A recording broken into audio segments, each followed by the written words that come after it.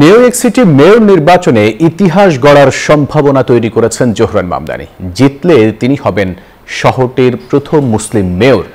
ভোটের মাঠে জীবনযাত্রার ব্যয় কমানোর অঙ্গীকারই তার মূল মন্ত্র। বিরোধীরা অবশ্য বলছেন মামদানি অনভিজ্ঞ, তার কিছু নীতিও বিতর্কিত। এদিকে মোকাবিলা করতে হচ্ছে প্রেসিডেন্ট ট্রাম্পের হুমকি ধামকি। এসব চ্যালেঞ্জ নিয়েই ভোটের মাঠে সরব এই তরুণ প্রার্থী।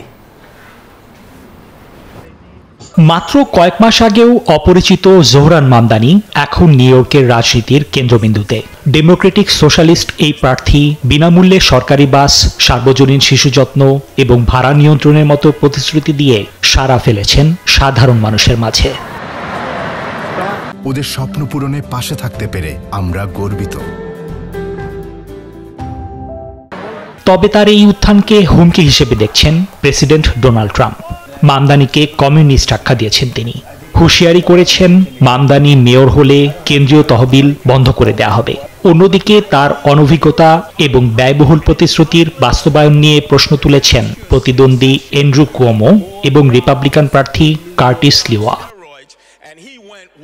তবে মামদানির মতে গণতন্ত্র রক্ষার্থ শুধু স্বৈরাচারী প্রশাসনের বিরুদ্ধে দাঁড়ানো নয়, সাধারণ মানুষের বস্তুগত চাহিদা পূরণ করাও।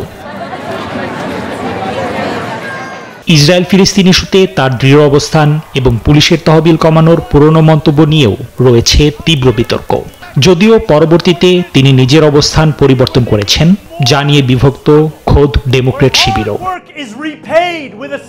তবে সব সমালোচনা ছাপিয়ে তরুণ ও অভিবাসী ভোটারদের বিপুল সমর্থন তাকে রেখেছে এগিয়ে। তার জয় শুধু শহরের নয়, নির্ধারণ করতে পারে ডেমোক্রেটিক পার্টির অভ্যন্তরীণ রাজনীতির ভবিষ্যৎও, বলছেন অনেকে। নিবির আমিন, নিউজ 24।